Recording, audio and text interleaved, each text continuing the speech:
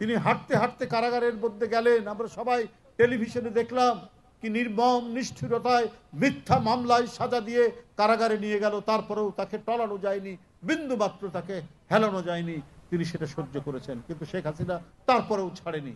মঈনুদ্দিন ও ফখরুদ্দিনের হুমকি, হাসিনার ষড়যন্ত্র এবং অনেক রক্তচক্ষু দেখেও বেগম খালেদা জিয়া দেশ ও দেশের জনগণকে ছেড়ে যাননি উল্লেখ করে কেন্দ্রীয় বিএনপির সিনিয়র যুগ্ম মহাসচিব রুহুল কবির রিজভী বলেছেন, মিথ্যা মামলায় কারাবন্দী, কারাগারে নির্যাতন এবং খাবারে বিষ প্রয়োগ করেও বেগম জিয়াকে বিন্দুমাত্র টলানো যায়নি। গণতন্ত্র প্রতিষ্ঠায় তিনি সর্বদা অবিচল ছিলেন। যে নেত্রী এই দেশকে ছেড়ে কোনোদিন যাননি, নিজের জনগণকে ছেড়ে, মঈনুদ্দিন ফখরুদ্দিনের হুমকি, হাসিনার ষড়যন্ত্র, তারপরেও নিজের দেশের মাটি কামড়ে তিনি এখানে থেকেছেন। আল্লাহ যেন তাকে সুস্থ করেন, এই দোয়া আপনারা করবেন। শনিবার ২৯ নভেম্বর চট্টগ্রামের হাটহাজারী উপজেলার মিরেরখিল সরকারি প্রাথমিক বিদ্যালয় মাঠে আমরা বিএনপি পরিবার আয়োজিত ২৪-এর গণঅভ্যুত্থানে নিহত শহীদ ৭টি পরিবার ও ৫টি আহত পরিবার এবং অসহায় হাফেজ আবু বকর সায়েমের চিকিৎসা সহায়তা প্রদান অনুষ্ঠানে প্রধান অতিথির বক্তব্যে তিনি এসব কথা বলেন। শেখ হাসিনার আমল মানেই হচ্ছে পদে পদে মৃত্যু হানা দিচ্ছে। শেখ হাসিনার আমল মানেই হচ্ছে যে কোনো সময় ক্রস ফায়ারের আক্রান্ত হতে হবে, যে কোনো সময় গুম হয়ে যেতে হবে, যে কোনো সময় যে কোনো বিপদের মুখোমুখি হতে হবে। সকল বিপদকে তুচ্ছ করে ব্যারিস্টার হেলাল দলীয় কর্মসূচি পালন করেছেন। কিসের জন্য? ব্যক্তিগত কোনো সুবিধার জন্য তো নয়, পালন করেছে এই দেশে যাতে মানুষের কথা বলার স্বাধীনতা, বাক স্বাধীনতা, নির্ভয় চলাফেরার স্বাধীনতা, সেটা যেন ফিরে আসে।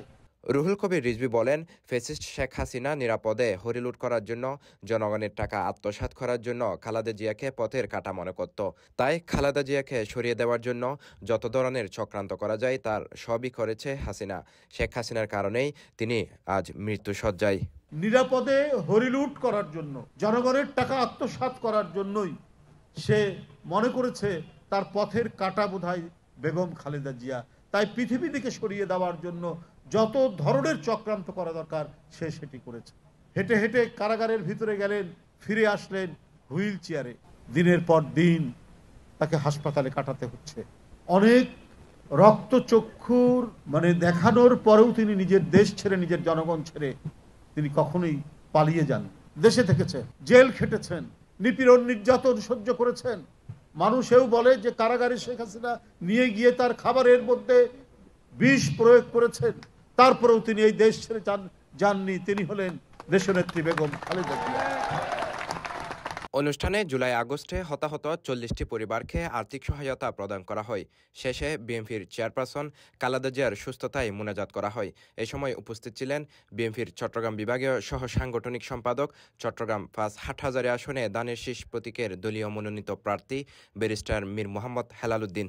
আমি বিশ্বাস করি আমরা বিএনপি পরিবার যে নেতৃত্বের হাতে আছে এটি অত্যন্ত নিরাপদ নেতৃত্ব, এবং তাদের নেতৃত্বেই ইনশাল্লাহ দেশের কল্যাণে, মানুষের সেবায় এবং বিভিন্ন রকম যারা আমাদের প্রতিভাবান ব্যক্তিত্ব আছেন তাদেরকে সামনে এগিয়ে দিতে, তাদেরকে উৎসাহ দিতে আমরা বিএনপি পরিবার কাজ করে যাবে।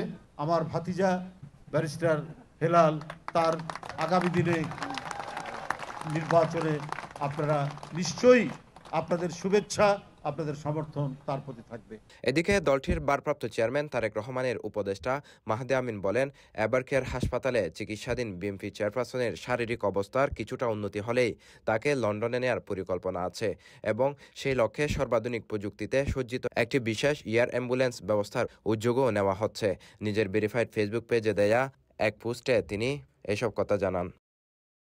প্রসঙ্গত, শারীরিক অবস্থার অবনতি হলে গত রোববার বিএনপি চেয়ারপারসন বেগম খালেদা জিয়াকে এবারকের হাসপাতালে ভর্তি করা হয়। বৃহস্পতিবার ২৭ নভেম্বর থেকে সিসিইউতে চিকিৎসাধীন তিনি। বিভিন্ন রাজনৈতিক দল ও ব্যক্তিত্ব তার শারীরিক অবস্থার খোঁজ নিতে হাসপাতালে যাচ্ছেন। CTG post, Chittagong.